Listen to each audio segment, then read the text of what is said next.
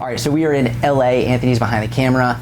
Just landed. It's like 8:30 here, which means it's 11:30 East Coast, 4:30 a.m. London. We've been traveling nonstop, so my body clock is fucked. But Anthony and I decided, because we got a lot of feedback from you in the comments on YouTube about how much you liked when I analyzed the deadlift technique. So every Tuesday, we're gonna upload a video from an inner circle member or a client showing their technique so that I can review it, see what's good, see what can improve to make sure they're gonna stay safe, they're using the right muscle groups, and gonna get more defined, stronger, blah, blah, blah. And I want you to get the benefit from that as well. So every Tuesday, we're gonna upload a Technique Tuesday video.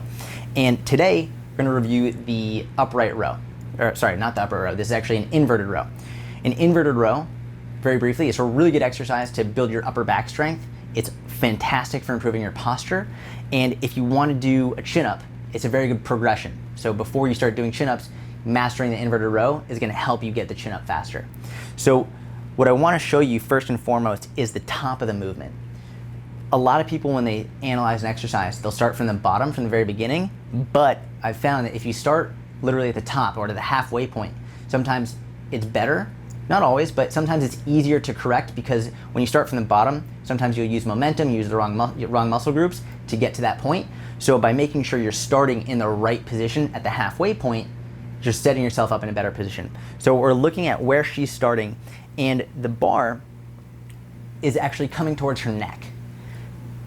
So I will say, this is incredibly strong. To be able to have the bar that low, pulling towards her neck, it's remarkably, remarkably strong. The only issue is we don't want the bar to be coming towards your neck. We actually want the bar to be coming towards your chest, your nipple line. The way that I think about it is, when you bench press, you don't bench press with the bar to your neck. You bench press with the bar coming towards your nipple.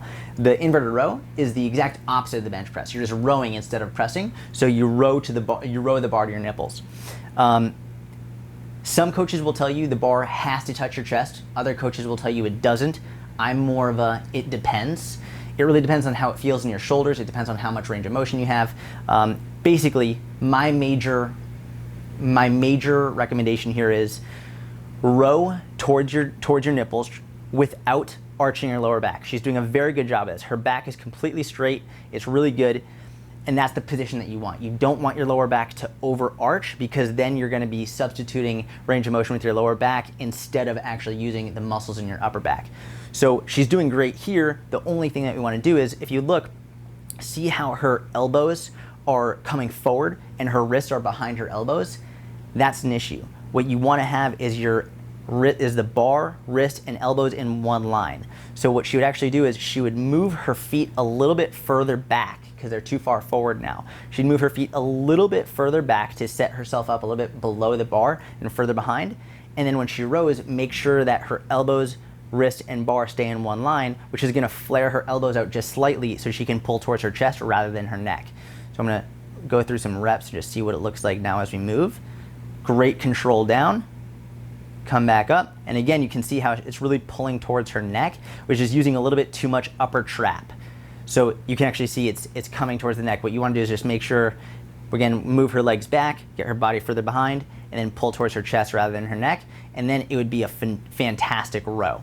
If you have any questions, put it in the comment section, and if you want to get your video analyzed, let me know. If you're in the inner circle, one-on-one client, we'll make that happen. Thank you so much. Have a wonderful day. Talk to you soon.